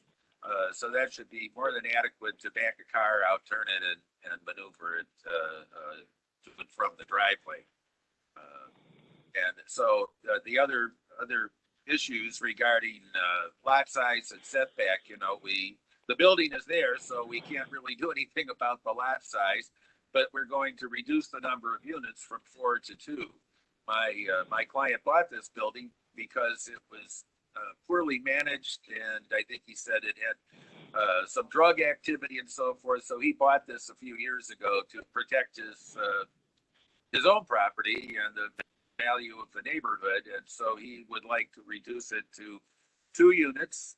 Again, fee simple ownership, so we'll have to split the property, but the building is not located exactly on the center of the property because some of the driveway is on the one side. So parcel B, with the side of the driveway, has more land associated with it than parcel A. But we're essentially proposing to split it equally down the center line of the building till we get to the backyard and the garage is offset.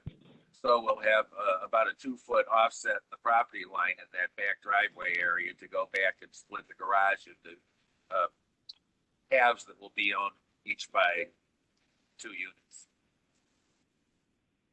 Thank you. And the easement is already in place, or he's working on it? No, the easement, when he planned the garage, he got the easement approved, so that's in place. Okay. Okay, good. No question. All right. No one else signed up. City Planning.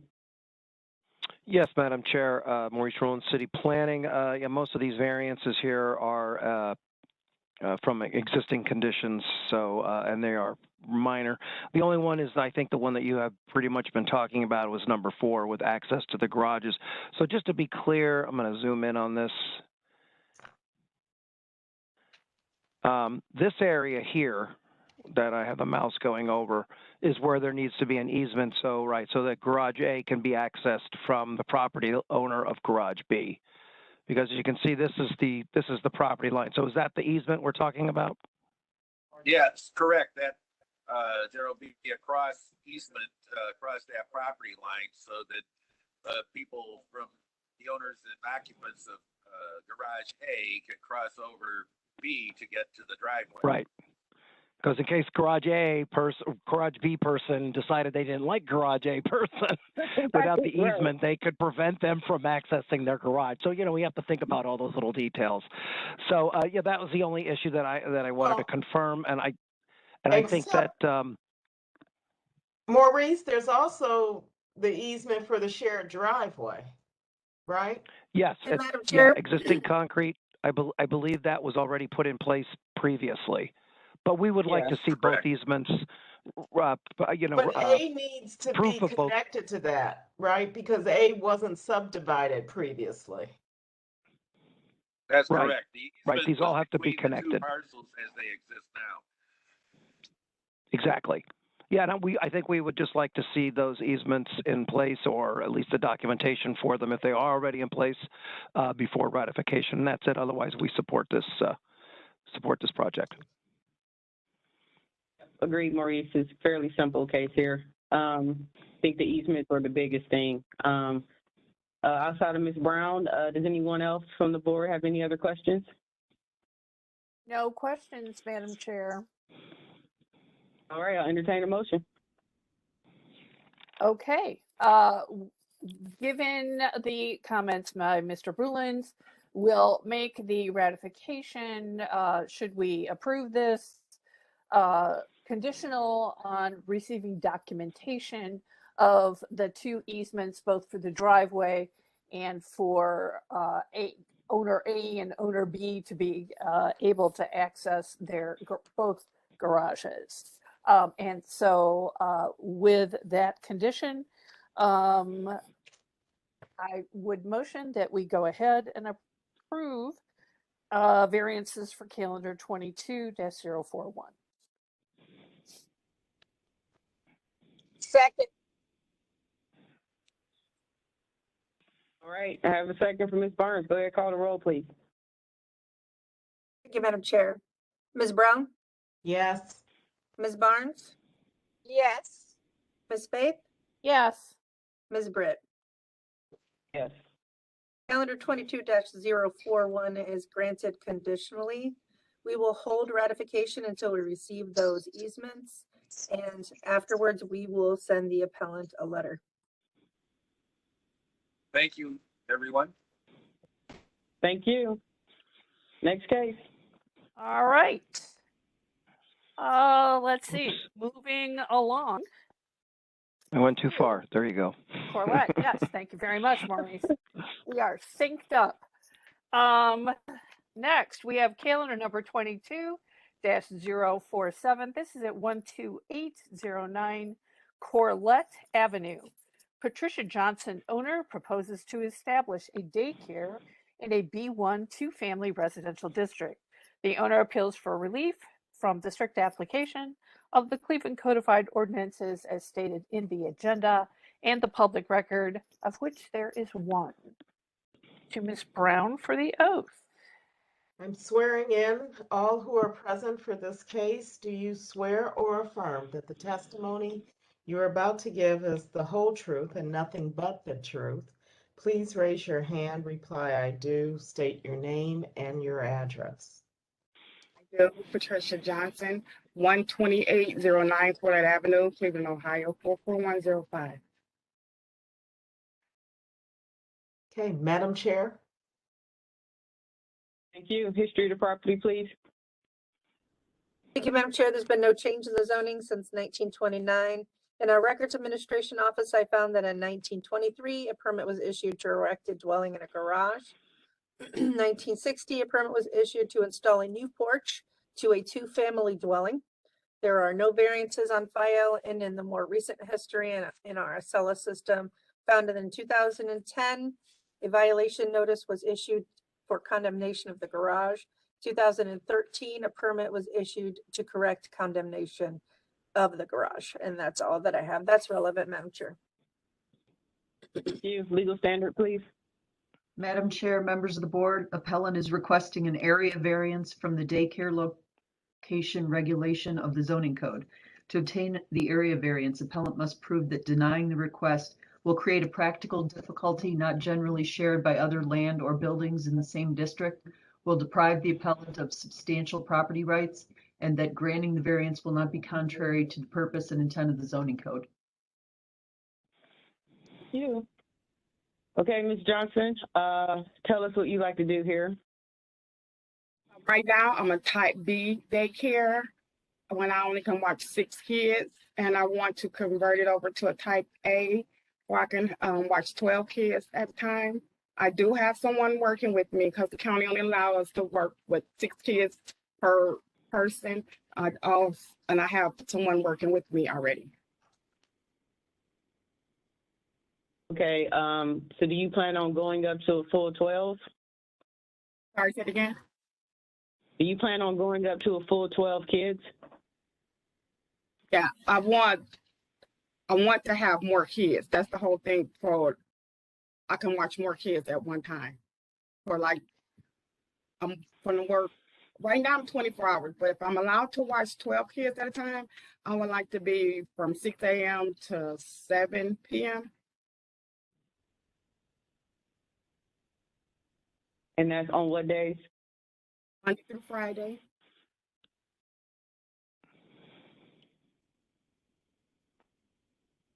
Okay, and do the neighbors, have you talked to your neighbors right next on either side of you about this? My driveway side, there's no one there. The house is empty. And then the other side is the older gentleman there, which is fine with the kids. He allows the kids to come over in his yard. He never had a problem about any kids, but when daycare time, the kids in the backyard, but I also have grandkids. So when grandkids is over, they do, play in the, go, play ball or whatever in the front yard, football or whatever in the front yard. Okay, can you describe the capacity? Do we have a layout, Maurice? Oh, yes, ma'am. Talk about the capacity of this house to then add up to 6 more children, and that you would have enough room for that. Yes, I do. I have my home. It used to be well, it's a 2-family home, considered as a 2-family home, but I own the whole thing, so I use my whole home for my daycare. They have certain rooms that, like, if I said I don't want to use my living room and dining room, I don't have to use the living room and dining room. But it's 4 bedrooms. I have a sitting room. I have a back part. I have a full kitchen, but I have a back part to my kitchen. So I do have enough room for 12 kids at a time. And what would the ages be of these kids? Ages will be from 3 months to 13 years of age.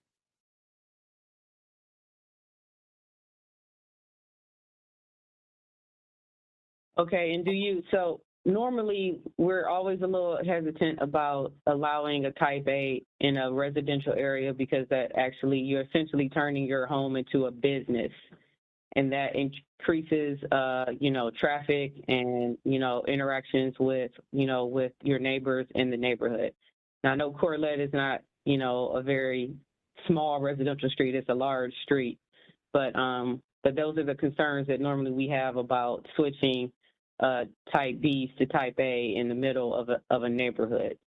So can you just talk about how you want to, or how do you deal with, pick up and drop off for the kids that you have now, and then what will your plan be to then have that to increase it to 12?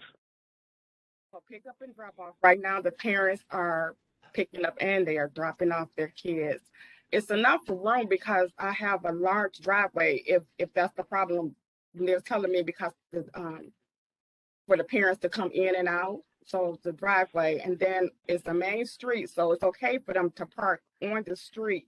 It's no one really parks on the street, only on Sundays because it's a church at the corner. But other than that, there's no problem with parking on the street.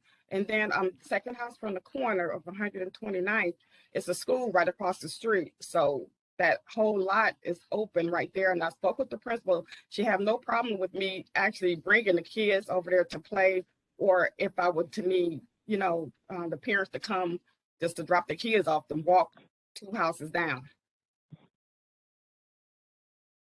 Okay, Maurice, do we have an aerial of where this house is in comparison? Right there. Okay, great. All right. Does that help? Yeah. I was just trying to see in context of where everything else was. Right there off 129. Do we have more of a neighborhood plan view, Maurice? I don't. I can bring one up here, and if you just give me a second, if you like. Is that what you wanted, Chairwoman?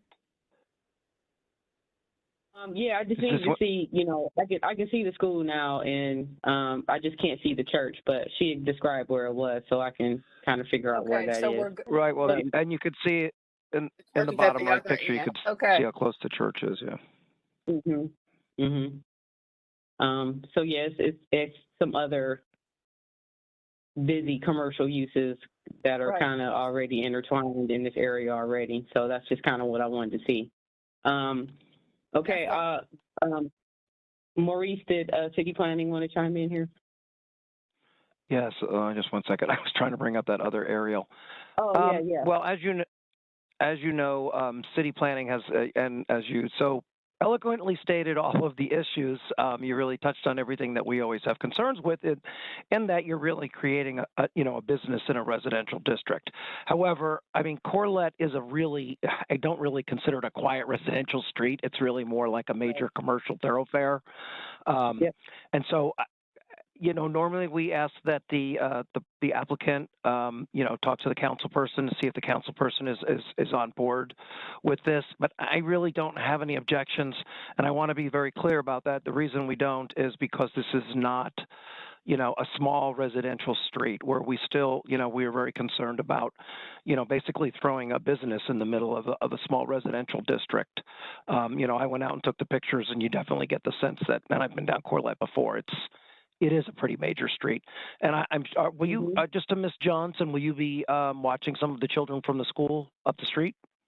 Yes. That's really convenient too. So, yeah, we have no objections. All right, thank you. Open up to the board. Any questions? Yeah, Madam Chair, I did have a question, as Maurice just mentioned. Ms. Johnson, did you reach out and contact your council person at all? When I first decided that I wanted to be a type A, I did. I called.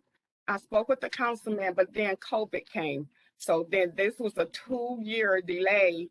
And now when I try to reach out and call, I'm not getting an answer. I don't know why. I don't know if they're still in the office. I don't know what's going on, but I didn't get an answer in. But then at first I did speak with someone, and he said he was okay with it, but I needed to write a letter to him, but we never got no further than that. Well, I believe the council person now changed, right? Changed. Yeah, at that time it was Mr. Johnson. Yes. Yeah. Thank you. That's it, Madam Chair. Any other questions? Okay. Ms. Brown has completed her questions, so I will proceed with the motion, Madam Chair. I think, given the testimony from the city planning and their approval of this, and looking at the contextual nature of the neighborhood with the school and the church and the 4-lane street, it appears to be, this differs a little bit than our typical residential quiet neighborhoods. And so with all that taken into account, Ms. Johnson's experience in running a daycare for some period of time previous to deciding to change her status, she seems responsible and has been successful in this business. And so we're relying on her testimony in terms of how she's going to run the business going forward. And I think there's probably adequate square footage in this building. It looks very similar to my own home, and they're deceptively large from the outside. So with all that being said, Madam Chair, I move that we go ahead and approve calendar number 22-047. Thank you. Can I have a second? Second, Ms. Barnes. Ms. Barnes with the second. Go ahead, call the roll, please. Ms. Brown? Yes. Ms. Barnes? Yes. Ms. Faith? Yes. Ms. Britt? Yes. Calendar 22-047 is granted. It'll be ratified next week, and we will send the appellant a letter. All right, good luck, Ms. Johnson. Thank you. All right. Moving on. Calendar number 22-050. This is at 1770 West 57th Street. James Adkins, owner, proposes to erect a 2-story frame, second floor master bedroom above new front-loaded garage attached to existing single-family residence in a 2-family residential district. The owner appeals for relief from the strict application of the Cleveland Codified Ordinances as stated in the agenda and the public record, of which there are 3. And to Ms. Brown for the oath. Okay, I'm swearing in all who are present for this case. Do you swear or affirm that the testimony you are about to give is the whole truth and nothing but the truth? Please raise your hand, reply I do, state your name and your address. Can you hear me? Yes, Yes, sir. we can. Okay. James Adkins, I do. James Adkins, 15618 Eleanor Drive, Cleveland. Adam Davenport, City Planning, 601 Lakeside Avenue. Kyle Kacharik, I do 1777 West 57th Street.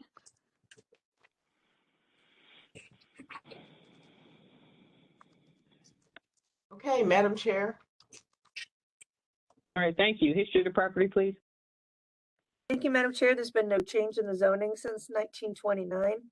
In our Records Administration Office, I found that in 1933, a permit was issued to convert the house to a 2-family dwelling.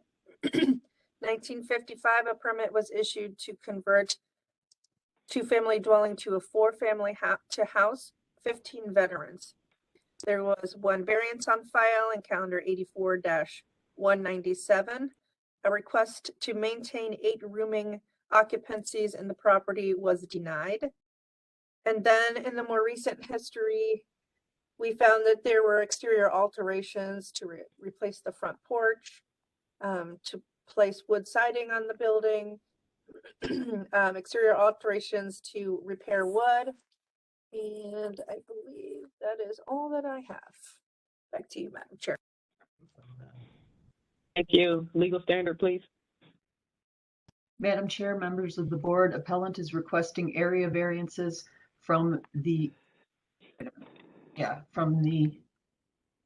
attached garage, interior side yard, and maximum gross floor area regulations of the zoning code. To obtain the area variances, appellant must prove that denying the request will create a practical difficulty not generally shared by other land or buildings in the same district, will deprive the appellant of substantial property rights, and that granting the variances will not be contrary to the purpose and intent of the zoning code. Thank you. Mr. Atkins, go ahead, present your case. I believe, do you all have my comments I sent with the pictures and all? There you go. So we're proposing to add a 2-story garage on the side of the house, set back to where you see the side door. Our variance, well, we have the 3 issues there. One is the side yard variance, which, as you can see right next to us, is basically a driveway to what it belongs to the second house on the street on the corner street there. I'm not sure what he used it for. We never see anything parked there. And then our back lot, if you look at our plot plan there, you'll see that it's angled off in the back, which makes it difficult to put a garage in the very back. Also, we'd like to have it an attached for security reasons. The last thing was the square footage, which we're kind of limited on because our lot is so small. Basically, we're asking for an additional 100 and some odd square foot on our living space. So you want to have the bedroom seated on top of the garage, right? We're gonna correct? put a master suite above the garage.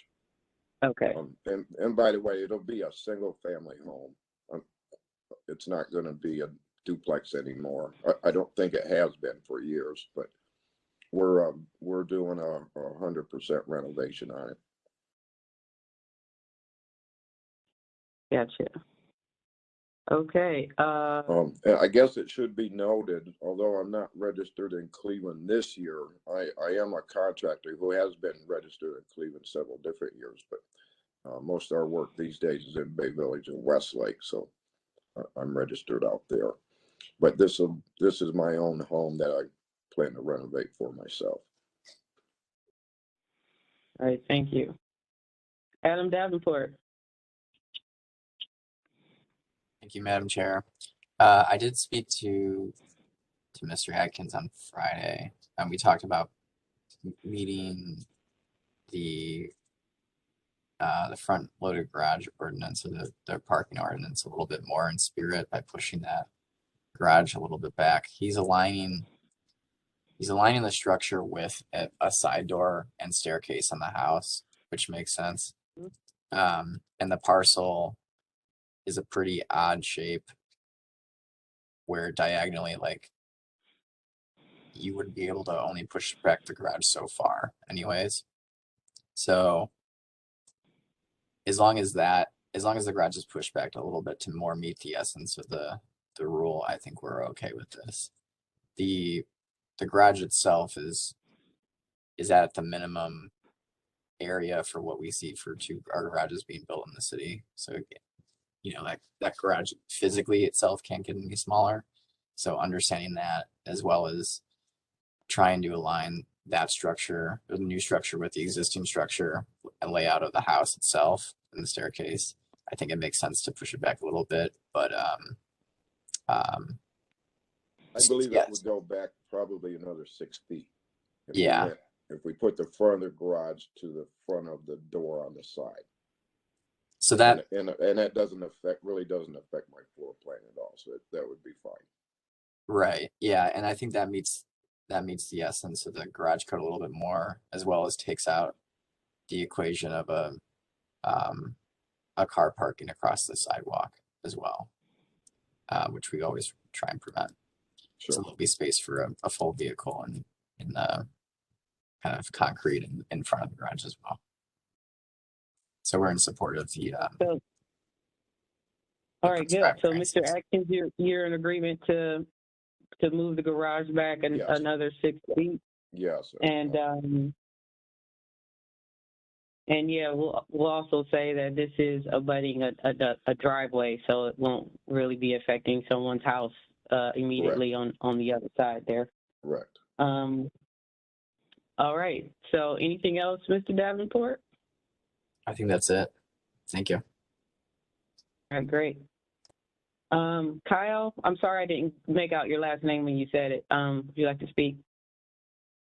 Sure. No, this is Kyle Kacharik. I live across the street. I'm fine with this. I'm anxious for some work to be done on the house, so it'll be great.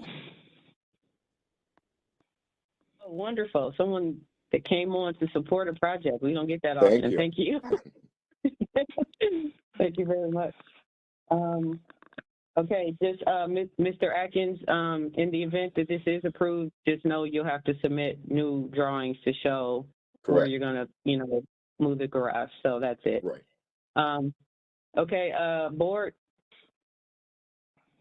Madam Chair, you just hit my point that I was going to include in the motion, so thanks for helping out on that. With the pending changes to the plan Moving the garage back approximately 6 feet. Mr. Atkins will submit new drawings to show us exactly what he's done. The support of your neighbor, which is really wonderful. It certainly seems to be that you're going to be improving the structure in both appearance and layout, and have a positive impact on the neighborhood. It is an unusual shaped lot, as Mr. Davenport stated, and it is, the garage itself is at the minimum size for a 2-car. So all that being said, the project looks like it's going to end up looking really great. We just want to see those amended plans for the garage replacement. And so with that, I move that we go ahead and approve calendar number 22-050. Member Brown, I second. Okay, Ms. Brown with the second. Go ahead, call the roll, please. Thank you. Ms. Barnes? Ms. Barnes, yes. Ms. Brown? Yes. Ms. Spade? Yes. Ms. Britt? Yes. Calendar 22-050 is granted. It'll be ratified once we receive those updated drawings, and we will send the appellant a letter. Okay, thank you. All right, thank you. I think this is our last case.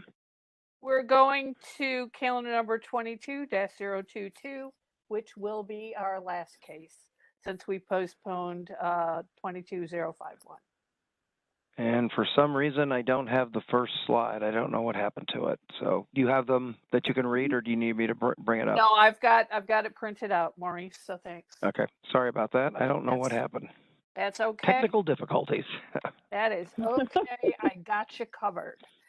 So we're moving on to, this case was postponed from March 14th of 2022. This is calendar number 22-022 at 1010 East 146th Street. Zarel Patton proposes to establish use as a residential facility for a maximum of 5 residents in a B1 2-family residential district. The owner appeals for relief from the strict application of the Cleveland Codified Ordinances as stated in the agenda and the public record. Of note, the first postponement was made to allow time for the appellant to meet with Councilman Hairston. With that, to Ms. Brown for the oath. I am swearing in all who are present for this case. Do you swear or affirm that the testimony you're about to give is the whole truth and nothing but the truth? Please raise your hand, reply I do, state your name and your address. Can you guys see me pretty good or hear me?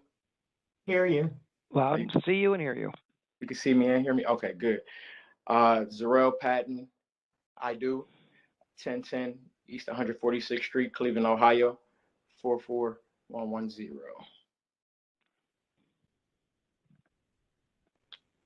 Anyone else for this case? No, I'm the only one. Oh, we have Dora Bolden with her hand raised. Dora Bolden, 1005 East 146th Street. Thank you. I do. All right. Madam Chair? Thank you. History of the property. Thank you, Madam Chair. There's been no change to the zoning since 1929. In our Records Administration Office, I found that in 1913, a permit was issued to erect a foundation and dwelling additions to a 2-story 1-family dwelling. Calendar number 68-564, an application was made to maintain 5 suites and 1 rooming occupancy. At that time, the board granted 3 suites, and that's it. They changed from a duplex to a triplex. And then, Madam Chair, we just see that there were interior, exterior alterations to existing single-family dwelling and garage to correct violations. And that's all that I have, Madam Chair. Thank you. Legal standard, please. Madam Chair, members of the board, appellant is requesting an area variance from the spacing distance regulations of the zoning code. To obtain the area variance, appellant must prove that denying the request will create practical difficulty not generally shared by other land or buildings in the same district, will deprive the appellant of substantial property rights, and that granting the variance will not be contrary to the purpose and intent of the zoning code. Thank you. Mr. Patton, is this your project? Yes, it is. Okay, go ahead. Tell us what you want to do. Okay, good morning, everyone, Madam Chair and the board. I just want to give a brief explanation. It won't be long. I know we've kind of had some extended sessions or meetings so far, so I'll just make it quick and brief. Just introducing my program. Thank you. Pardon me? I said, no, we appreciate that. Thank you. Go ahead. Yeah, no problem, no problem. So Freedom Youth Program is a group home I established in 2020. We first received our first gentleman. He was from Coshocton County, but before that, I just wanted to kind of give back to the community, to a marginalized group of young men between the ages of 12 and 17 who are in the county, who are in the custody of different counties, right? So we all know about foster care, we know about different things, but it's these group of young men who really don't have anybody to really lean on or guide them and show them the way of how to, be a leader and be a young man. So I took on that responsibility, and the first home is over on 174th and St. Clair. It's been doing well, and actually this is what you see right here in front of you. You see 174th and St. Clair, dilapidated home. Once, just sitting there, we decided to purchase it, and then you see what we turned it into, which is a home for these young men who now feel like they belong somewhere, who they feel comfortable. They don't want to. It's not a facility. Every time somebody comes by the home, they're like, "Oh, this is a group home." Well, that's the whole point, for somebody to feel comfortable, for somebody to feel like they can grow somewhere, and it's not like an institution. Because a lot of the guys that I deal with are in an institution most of their life. So if we can go back to the other slide with the wording, the first, yeah, there we go. So I'm licensed by the Ohio Department of Job and Family Services. So we are, we did all our everything. We did everything we had to do, had all our ducks in a row. This is the most recent one. So everything we do is not just to do it. We have a responsibility. We have accountability. We have to make sure we abide by. So we can go to the next one.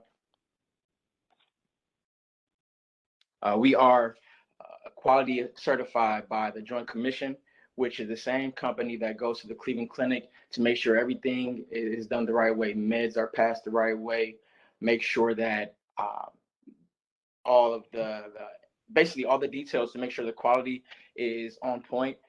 They come by the home periodically to make sure everything is solid and we're not misusing anything, abusing the kids, and so on. You can go to the next slide.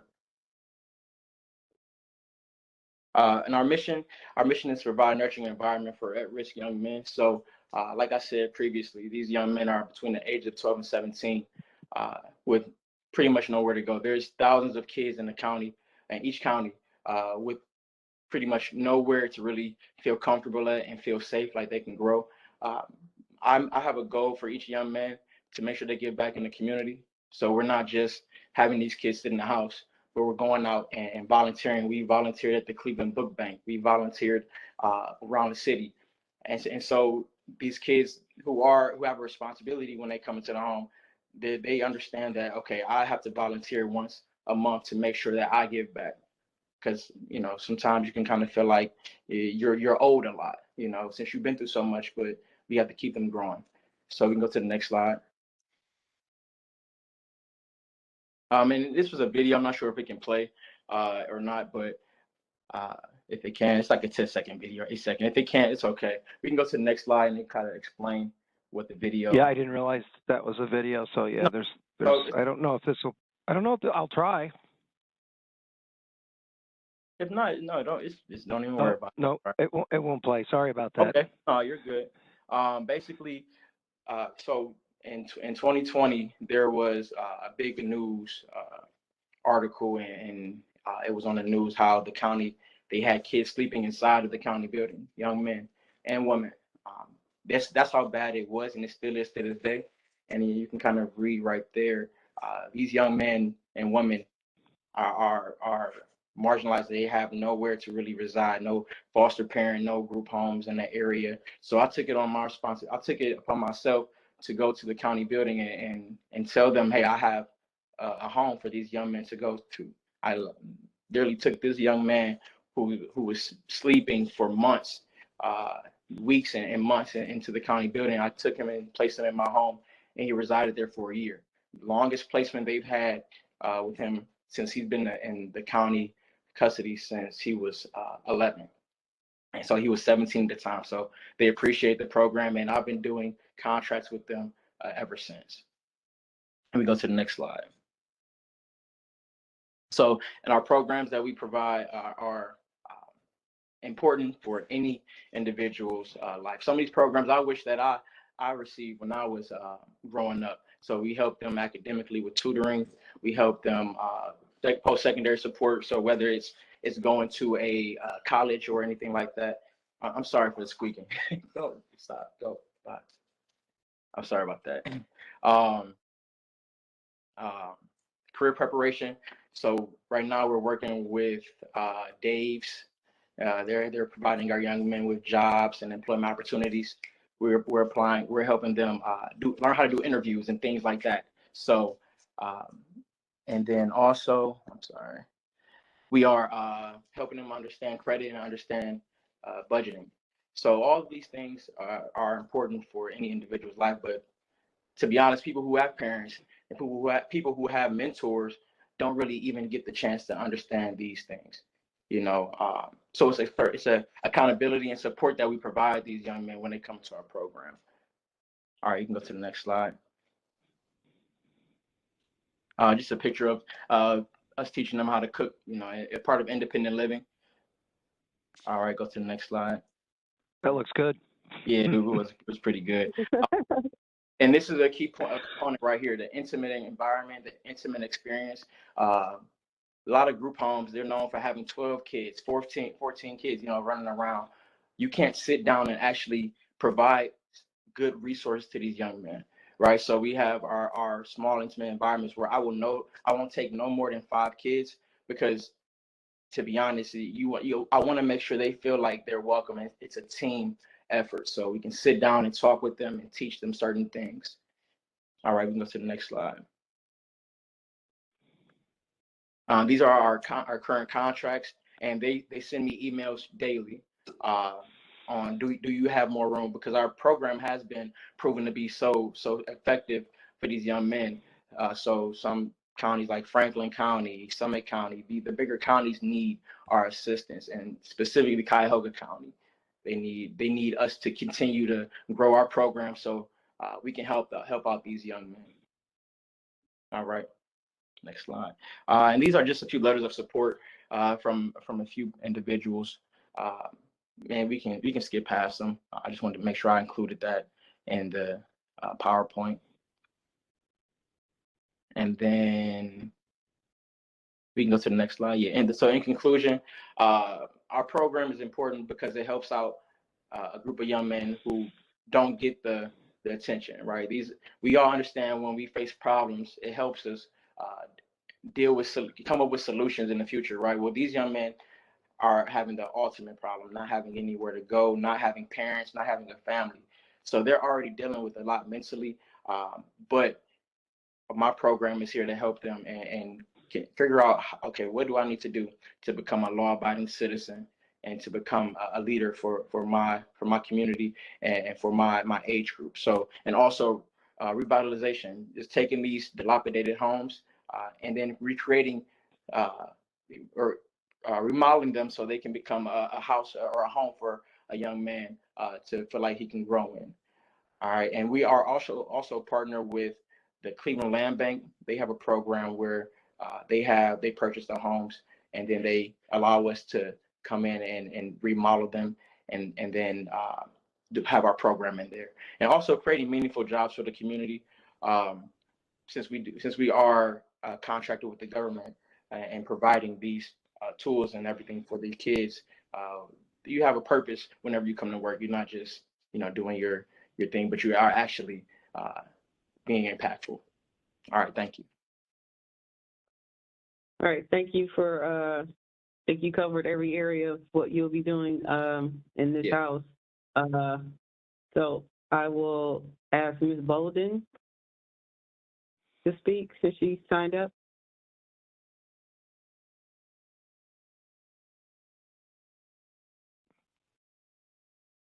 Ms. Bolden? Yes.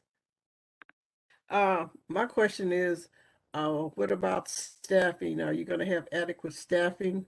Yes.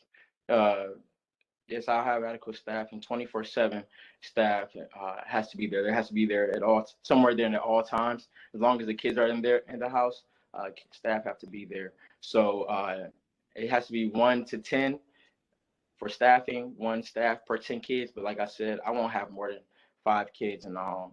So it'll be like any regular home that has brothers and sisters in the home, but a lot more security involved. So you are mandated by the state to have staff, is what you're saying? Correct. Yes. Okay.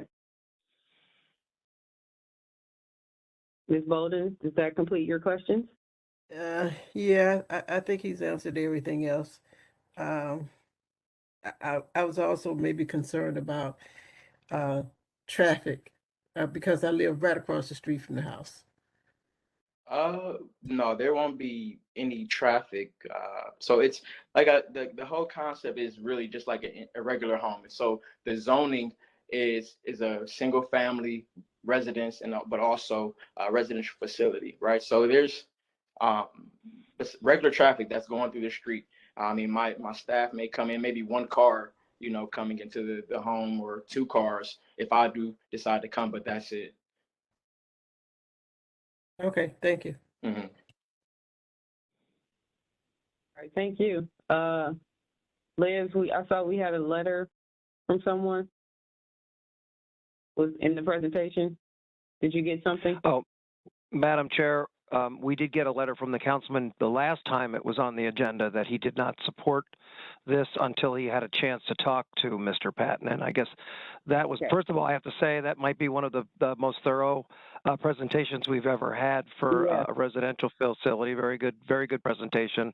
One point you made that I really liked was that you're only having 5 gentlemen in the house at a time, because I really liked your point about having too many, and then you really can't deal with their needs the way they need to be dealt with. So that was a really good point, and it also speaks to the zoning issue of 5. So I have no objections. I can't recommend approval until I find out if the councilman, because I don't want to go against the councilman on this. This is just make sure. We did end up having to sit down last week.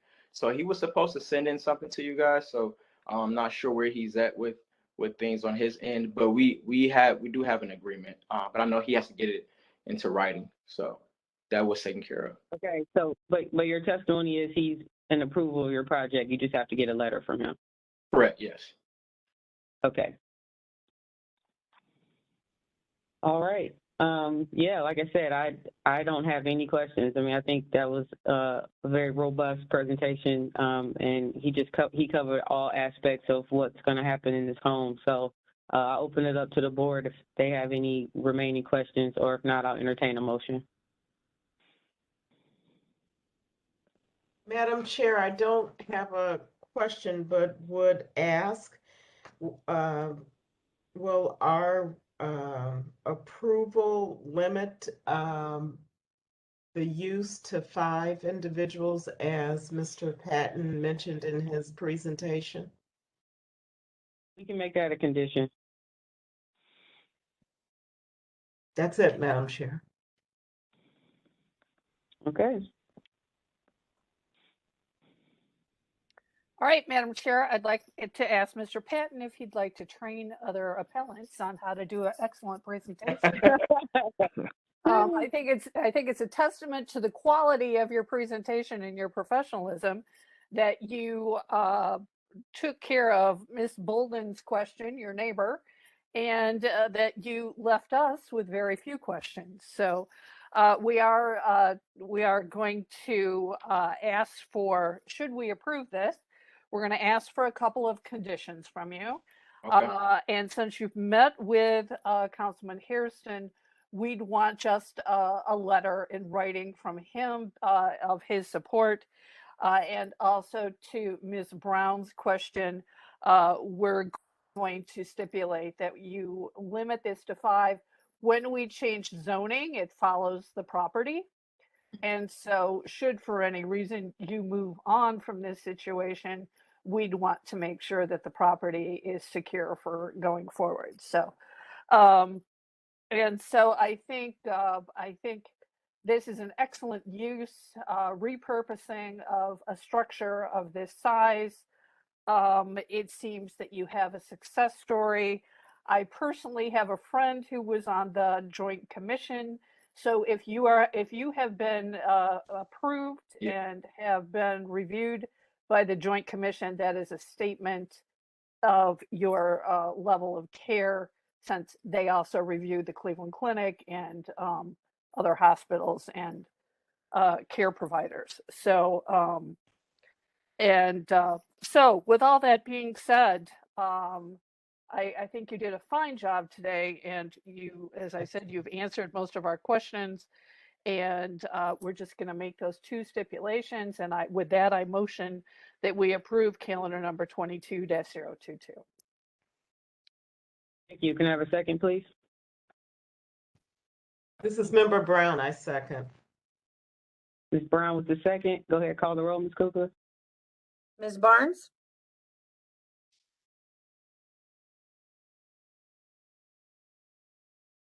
I don't hear her, and is she still on? I don't know. I see her. Yeah, she's still on. She is muted. Okay, I'll go on. Ms. Brown? Yes. Ms. Faith? Yes. Ms. Britt? Yes. Calendar 22-22 is. Ms. Barnes, yes. There we go. Thank you. 22-22 is granted conditionally. We will hold ratification until we receive that letter from the councilman. Once we receive that, we will ratify it the following Monday and send the appellant a letter. Thank you. All right, thank you. Mr. Yeah, good Patton, luck, Mr. well Patton. done. Much success to you. I appreciate it. Thank you, guys. Thank you. Thank you. Good luck. Madam Chair, that concludes old our business. cases for today. Yep, old business 1 through 6 without objection, board. Without objection. Objection. Without objection. All right, that's it. We're concluded. All right. All right. That's the longest one we've had in a while. It is. Yeah, I'm exhausted. I Everyone have a safe week. Bye, Everyone everyone. have a safe week. All right, have a good one. Bye-bye. Bye, everybody. Bye-bye.